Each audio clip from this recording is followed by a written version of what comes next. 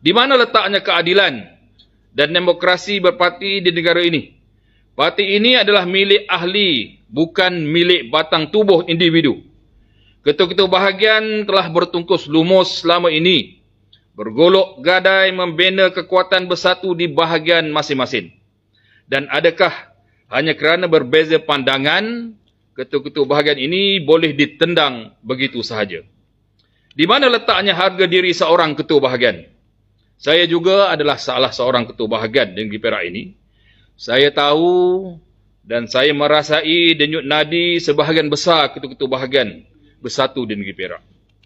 Jika teguran ini dikatakan menentang parti, di mana lagi saluran dan platform yang boleh kami suarakan, dan apakah nasib kami apabila kami bersuara?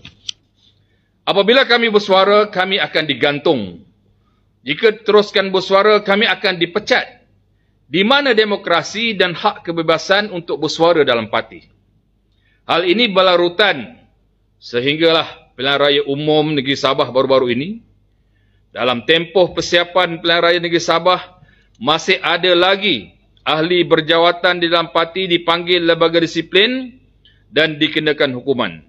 Ini menjejaskan imej bersatu dalam gagasan Perikatan Nasional semasa berkempen di negeri Sabah.